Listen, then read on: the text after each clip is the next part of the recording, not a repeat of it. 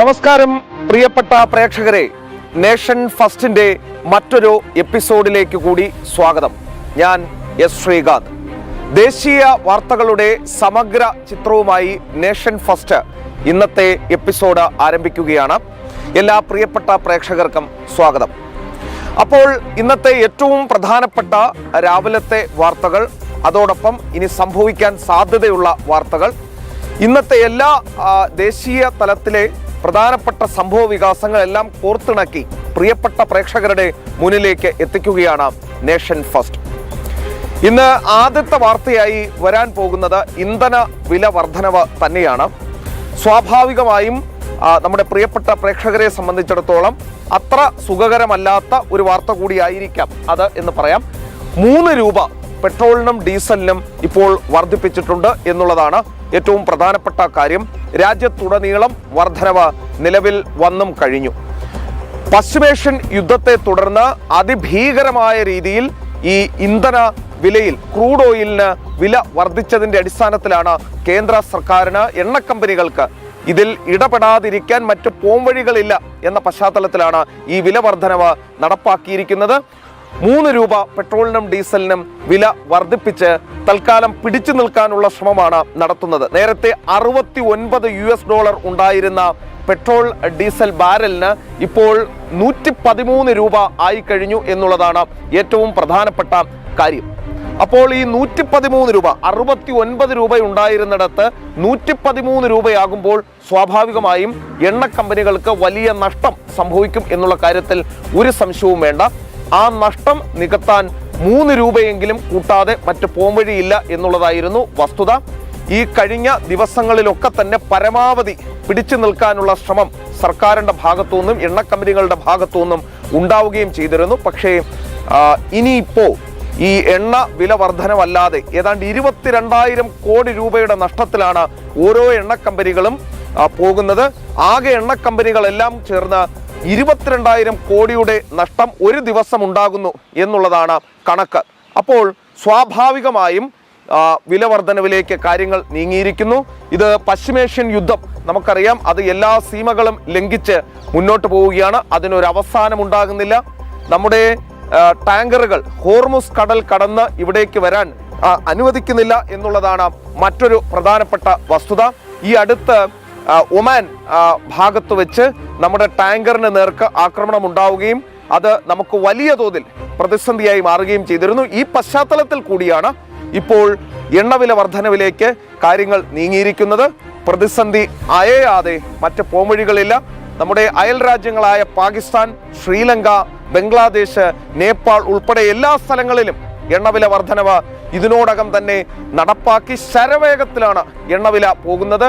ഇന്ധന പ്രതിസന്ധിയെ തുടർന്ന് പാകിസ്ഥാനിൽ ഓയിൽ എമർജൻസി, അതായത് ഇന്ധന അടിയന്തരാവസ്ഥ ഏർപ്പെടുത്തുക വരെ ചെയ്തിട്ടുണ്ട് എന്നുള്ളതാണ് പുറത്തുവരുന്ന വാർത്തകളും. അപ്പോൾ സ്വാഭാവികമായും ഈ രാജ്യത്തെ പൗരന്മാർക്ക് കുറച്ച് വേദനയുണ്ടാക്കുന്ന, കുറച്ച് ബുദ്ധിമുട്ടുണ്ടാക്കുന്ന ഒരു തീരുമാനമാണ് വന്നിട്ടുള്ളത്. എങ്കിൽ കൂടി മറ്റ് പോംവഴികളില്ലാത്തത് കൊണ്ടാണ് ഈ രീതിയിൽ എണ്ണ കമ്പനികൾക്ക് എണ്ണവില വർദ്ധിപ്പിക്കേണ്ടി വന്നത്. ഈ 2022 ശേഷം ഇതാദ്യമായാണ് എണ്ണവില വർദ്ധിപ്പിക്കുന്നത്. 3 രൂപയാണ് കൂട്ടിയിട്ടുള്ളത്. മറ്റെല്ലാ രാജ്യങ്ങളിലും 30%, 35% വരെ വർധനവ് നടപ്പാക്കുമ്പോഴാണ് രാജ്യത്ത്, ഇന്ത്യയിൽ ഏറ്റവും ഒടുവിൽ പിടിച്ചു നിൽക്കാൻ കഴിയാത്ത സാഹചര്യത്തിൽ ഈ 3 രൂപ വർദ്ധിപ്പിക്കേണ്ടി വന്നത്. പ്രധാനമന്ത്രി കഴിഞ്ഞ ദിവസം ആവശ്യപ്പെട്ടതാണ് എല്ലാ പൗരന്മാരും അവരുടെ കടമ നിറവേറ്റണം, അവരുടെ ഈ യാത്ര അതൊന്ന് വെട്ടിച്ചുരുക്കണം, പെട്രോൾ ഡീസൽ ഉപയോഗത്തിൽ കുറവ് വരുത്തണം എന്നൊക്കെ. പക്ഷേ രാഹുൽ ഗാന്ധിയും മറ്റ് KC വേണുഗോപാലിനെയും പോലെയുള്ള ആളുകൾ അതിനെ എതിർക്കുകയും രംഗത്ത് വരികയും ചെയ്തു. അത് നേരിടാൻ പോകുന്ന, ഈ രാജ്യം നേരിടാൻ പോകുന്ന പ്രതിസന്ധി എത്രത്തോളം ഉണ്ട് എന്നുള്ളത് വ്യക്തമാക്കിക്കൊണ്ടാണ് പ്രധാനമന്ത്രി അങ്ങനെ ഒരു ആവശ്യം മുന്നോട്ട് വെച്ചത്. അപ്പോൾ സ്വാഭാവികമായും ഉപഭോഗം കുറയ്ക്കാതെ മറ്റ് പോംവഴികൾ നമ്മുടെ മുന്നിലില്ല ഈ യുദ്ധം തീരുന്നത് വരെ എന്നുള്ളതാണ് വസ്തുത. നമ്മൾ ക്ഷണിച്ചു വരുത്തിയതോ നമ്മൾ തുടങ്ങിയതോ അല്ല ഈ യുദ്ധം, അത് മറ്റൊരിടത്ത് നടക്കുന്നതാണ്. 85% പെട്രോളും ഡീസലും ഇറക്കുമതി ചെയ്യുന്ന, ക്രൂഡ് ഓയിൽ ഇറക്കുമതി ചെയ്യുന്ന രാജ്യമാണ് ഇന്ത്യ. അപ്പോൾ പ്രതിസന്ധി ഗുരുതരമാണ്. അപ്പോൾ അടുത്ത വാർത്തയിലേക്ക് നമ്മൾ പോവുകയാണ് പ്രിയപ്പെട്ട പ്രേക്ഷകരെ. കോൺഗ്രസിന്റെ മുഖ്യമന്ത്രി സ്ഥാനാർത്ഥിയുമായി ബന്ധപ്പെട്ട വാർത്തയാണ് നമുക്ക് നൽകാനുള്ളത്. അതായത് കോൺഗ്രസിന്റെ മുഖ്യമന്ത്രി ആര് എന്ന ചർച്ച ഡൽഹിയിൽ കഴിഞ്ഞ ദിവസങ്ങളിലൊക്കെ തന്നെ അതിഭീകരമാം വിധം കൊടുമ്പിരി കൊണ്ട് നടന്നിരുന്നു. ഒടുവിൽ കേരളത്തിനൊരു മുഖ്യമന്ത്രിയെ കിട്ടി. അത് വി.ഡി. സതീശൻ കേരളത്തിന്റെ മുഖ്യമന്ത്രിയായി ചുമതല ഏറ്റെടുക്കുകയും ചെയ്തു. അപ്പോൾ വി.ഡി. സതീശൻ മുഖ്യമന്ത്രിയായി ചുമതല ഏറ്റെടുത്തതോടെ ചില അണിയറ കഥകൾ കൂടി ഇപ്പോൾ പുറത്തു വരുന്നുണ്ട്. ആരാണ് കെ.സി. വേണുഗോപാലിനെയും രമേശ് ചെന്നിത്തലയും വെട്ടി വി.ഡി. സതീശന് ഈ വഴിയൊരുക്കി കൊടുത്തത് എന്നതടക്കം, അത് ഡൽഹിയിൽ നടന്ന ചർച്ചകളിൽ വഴിയൊരുക്കിയത് എന്നതടക്കം വാർത്തകൾ പുറത്തു വരുന്നു. സ്വാഭാവികമായും ലീഗിന്റെ നോമിനി എന്ന നിലയിൽ വി.ഡി. സതീശൻ കൃത്യമായി പ്ലേസ് ചെയ്യപ്പെട്ടു എന്ന കാര്യത്തിൽ ഒരു സംശയം വേണ്ട. പക്ഷേ നെഹ്റു കുടുംബത്തെ, അതായത് സോണിയാഗാന്ധി, ഏറ്റവും ഒടുവിൽ രാഹുൽ ഗാന്ധി കെ.സി. വേണുഗോപാലിനെ പിന്തുണച്ച് കളത്തിൽ നിൽക്കുകയും വി.ഡി. സതീശന് അനുഭാവപൂർണമായ നിലപാടെടുത്ത് പ്രിയങ്ക ഗാന്ധിയും കളത്തിലേക്ക് വരികയും ചെയ്ത ഒടുവിൽ സോണിയാഗാന്ധിയാണ് ഈ വിഷയത്തിൽ ഏറ്റവും അന്തിമമായ തീരുമാനമെടുത്തത് എന്നാണ് പുറത്തു വരുന്ന റിപ്പോർട്ട്. സോണിയാഗാന്ധി എ.കെ. ആന്റണിയെ കൺസൾട്ട് ചെയ്തു എന്നുള്ള വിവരം ഇപ്പോൾ കിട്ടുന്നുണ്ട്. എ.കെ. ആന്റണിയെ കൺസൾട്ട് ചെയ്ത ഘട്ടത്തിൽ ഒരു ഉപതെരഞ്ഞെടുപ്പിലേക്ക് കേരളത്തിൽ ഉടനെ പോകരുത് എന്ന് എ.കെ. ആന്റണി ഉപദേശം നൽകി എന്നാണ് മനസ്സിലാകുന്നത്. കെ.സി. വേണുഗോപാൽ മുഖ്യമന്ത്രിയായി തെരഞ്ഞെടുക്കപ്പെട്ടാൽ 2 ഉപതെരഞ്ഞെടുപ്പുകൾ വരും. ഒന്ന് ഇരിക്കൂറിൽ ഒരുപക്ഷെ സജീവ് ജോസഫ് രാജിവെച്ച് കെ.സിക്ക് അവിടെ ജനവിധി 6 മാസത്തിനുള്ളിൽ തേടേണ്ടി വരും.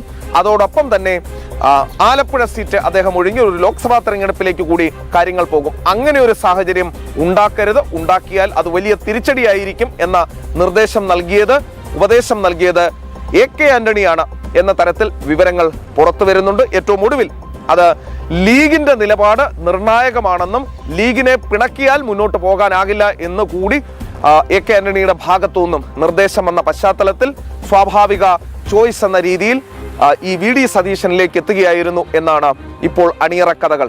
ഏറ്റവും പരിതാപകരമായ കാര്യം കെ.സി. വേണുഗോപാലിന്റെ അവസ്ഥയാണ്. അദ്ദേഹത്തിന് ദേശീയ സംഘടനാ ജനറൽ സെക്രട്ടറി എന്ന നിലയിൽ പ്രവർത്തിക്കുമ്പോഴാണ് സ്വന്തം സംസ്ഥാനത്ത് തന്നെ ഈ തിരിച്ചടി ഉണ്ടാകുന്നത്. അദ്ദേഹത്തിന്റെ ഡൽഹിയിലെ പിടി അയഞ്ഞു തുടങ്ങിയിരിക്കുന്നു എന്നുള്ളതാണ് ഇതിൽ നിന്നും വ്യക്തമാകുന്നത്.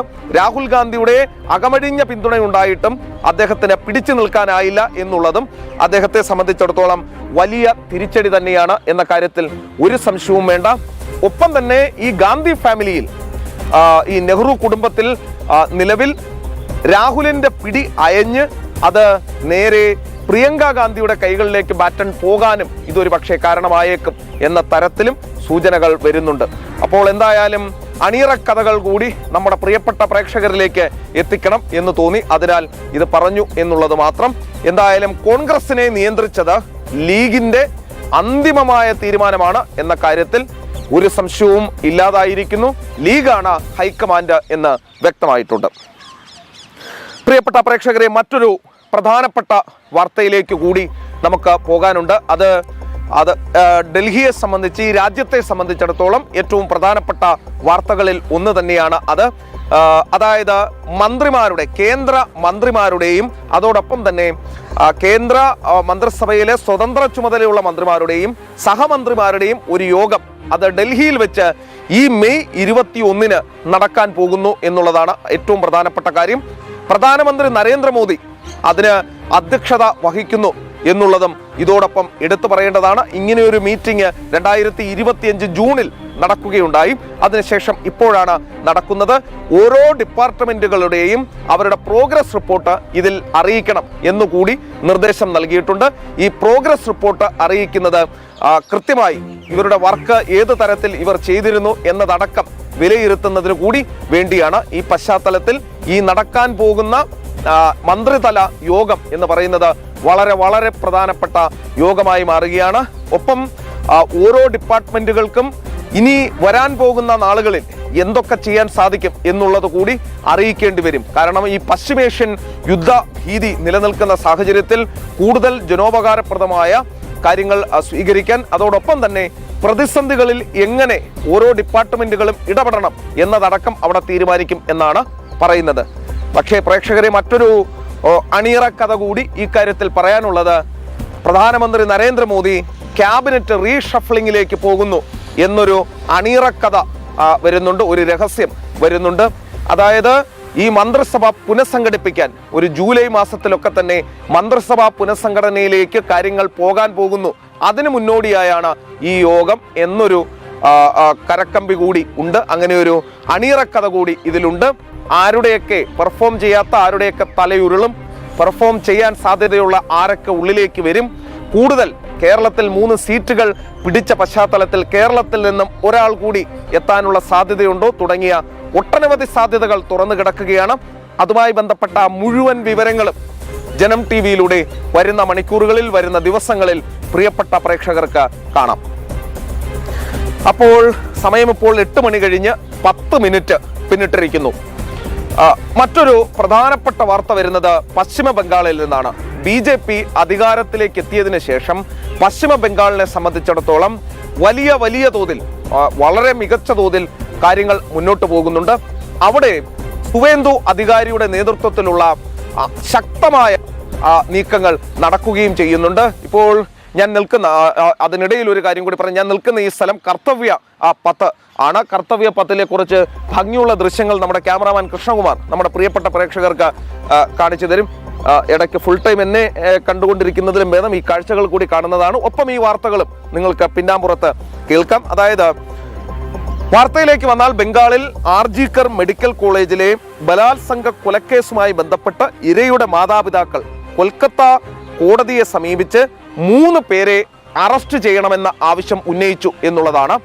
അത് വളരെ നിർണായകമായ ഒരു നീക്കമാണ്. നേരത്തെ സ്ത്രീ സുരക്ഷയ്ക്ക് പുല്ലുവില കൽപ്പിച്ച് ഈ ആർജിക്കർ മെഡിക്കൽ കോളേജിലെ ആ പെൺകുട്ടിയുടെ മരണത്തിന്, ബലാത്സംഗ കൊലയ്ക്ക് ഒരു വിലയും നൽകാതെ, അതിൽ കൃത്യമായ അന്വേഷണം നടത്താതെയാണ് മുന്നോട്ട് പോയത് മമതാ ബാനർജി. അതിപ്പോൾ മാറാൻ പോകുന്നു എന്നുള്ളതാണ് പ്രധാനപ്പെട്ട വാർത്ത. മകളുടെ മൃതദേഹം അതിവേഗം ദഹിപ്പിക്കുകയും തെളിവുകൾ നശിപ്പിക്കാനുള്ള ശ്രമം നടത്തുകയും ചെയ്തതിൽ പ്രധാന പങ്ക് വഹിച്ച ആളുകളെ അറസ്റ്റ് ചെയ്യണമെന്നാണ് ഇപ്പോൾ ആവശ്യപ്പെട്ടിരിക്കുന്നത്.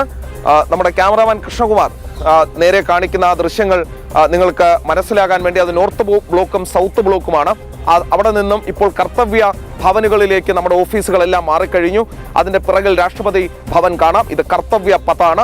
മറ്റു കുറച്ച് ദൃശ്യങ്ങൾ കൂടി, ഇവിടുത്തെ പാർക്കുകൾ കൂടി കൃഷ്ണകുമാർ കാണും. കൃഷ്ണകുമാർ ഒരു ദൃശ്യം കണ്ടാൽ പിന്നെ ആ ദൃശ്യത്തിൽ തന്നെ ശ്രദ്ധ കേന്ദ്രീകരിച്ച് നിൽക്കുകയാണ്.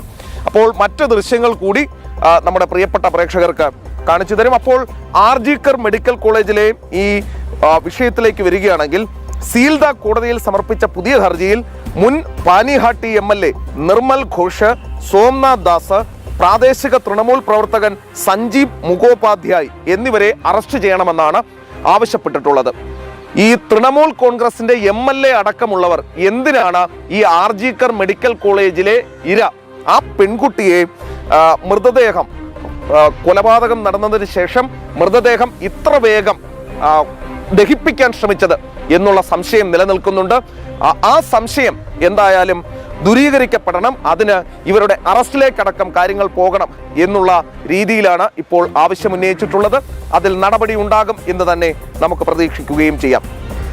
പ്രിയപ്പെട്ട പ്രേക്ഷകരെ, മറ്റൊരു വാർത്തയിലേക്ക് കൂടി പോവുകയാണ്. അതോടുകൂടി നമ്മുടെ ഇന്നത്തെ ഈ നേഷൻ ഫസ്റ്റ് നമുക്ക് അവസാനിപ്പിക്കാം.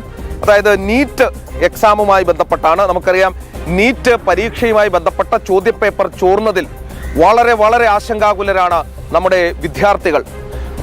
22 ലക്ഷത്തിലധികം വിദ്യാർത്ഥികളുടെ ഭാവി തുലാസിലാക്കുന്ന നടപടിയാണ് നടന്നത് എന്ന കാര്യത്തിൽ ഒരു സംശയവും വേണ്ട. അതിൽ central bureau of investigation CBI വ്യാഴാഴ്ച ഡൽഹി കോടതിയെ അറിയിച്ചതനുസരിച്ച് ഈ ചോദ്യപേപ്പറിന്റെ ചോർച്ചയുടെ ഉറവിടം നാഷണൽ ടെസ്റ്റിംഗ് ഏജൻസിയുടെ അകത്തുള്ള ഒരു വ്യക്തി തന്നെയാണ് എന്നവർ സംശയം പ്രകടിപ്പിച്ചിരിക്കുന്നു. അതായത് ഇത് നടത്തുന്ന ആളുകൾക്ക് തന്നെ ഈ ചോർച്ചയിൽ പങ്കുണ്ട് എന്നുള്ളതാണ്. വേലി തന്നെ വിളവ് തിന്നു എന്നാണ് CBI വ്യക്തമാക്കുന്നത്. 22 ലക്ഷം വിദ്യാർത്ഥികളുടെ ജീവിതം കൊണ്ടാണ് അവർ കളിച്ചത് എന്ന കാര്യത്തിൽ ഒരു സംശയവും ഇല്ല.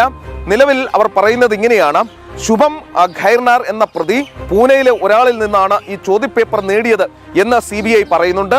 അതോടൊപ്പം തന്നെ ആ വ്യക്തിക്ക് അത് ലഭിച്ചത് അദ്ദേഹത്തിന്റെ NDAയിലുള്ള, അദ്ദേഹത്തിന്റെ നാഷണൽ ടെസ്റ്റിംഗ് ഏജൻസിയിലുള്ള അദ്ദേഹത്തിന്റെ ഏതോ ഒരു സുഹൃത്ത്, അജ്ഞാതനായ വ്യക്തിയിൽ നിന്നാണ് എന്നിപ്പോൾ വിവരം പുറത്തു വരികയും ചെയ്യുന്നുണ്ട്. ചോദ്യപേപ്പർ ചോർച്ചയിൽ പങ്കുണ്ടെന്ന് സംശയിക്കുന്ന NDA ഉദ്യോഗസ്ഥരെയും മറ്റ് സർക്കാർ ജീവനക്കാരെയും തിരിച്ചറിയാനും അറസ്റ്റ് ചെയ്യാനും CBI ഇപ്പോൾ നീക്കം തുടങ്ങിയിട്ടുണ്ട്. 22 ലക്ഷം വിദ്യാർത്ഥികളുടെ ജീവിതം തുലാസിലാക്കിയ ആളുകൾ, അത് ഈ വേലിക്കുള്ളിലിരുന്നു കൊണ്ട് വിളവ് തിന്നവർ ആരായാലും പുറത്തു വരണം എന്ന കാര്യത്തിൽ സംശയമില്ല. കഴിഞ്ഞ ദിവസം കേന്ദ്രമന്ത്രി ധർമ്മേന്ദ്ര പ്രധാൻ ഒരു യോഗം വിളിച്ചിരുന്നു. എഡ്യൂക്കേഷൻ സെക്രട്ടറി വിനീത് ജോഷി അടക്കം ആ യോഗത്തിൽ പങ്കെടുക്കുകയും ചെയ്തിരുന്നു. ഈ എക്സാം ഇനി എന്ന് നടത്താനാകുമെന്നും NDAയിൽ ഇങ്ങനെ ഏതെങ്കിലും തരത്തിൽ കള്ളനാണയങ്ങൾ ഉണ്ടെങ്കിൽ അവരെ CBIയുടെ അന്വേഷണ പരിധിയിൽ കൊണ്ടുവരുന്നതിനെ കുറിച്ചുമാണ് അവിടെ ചർച്ച ചെയ്യുകയുണ്ടായത്.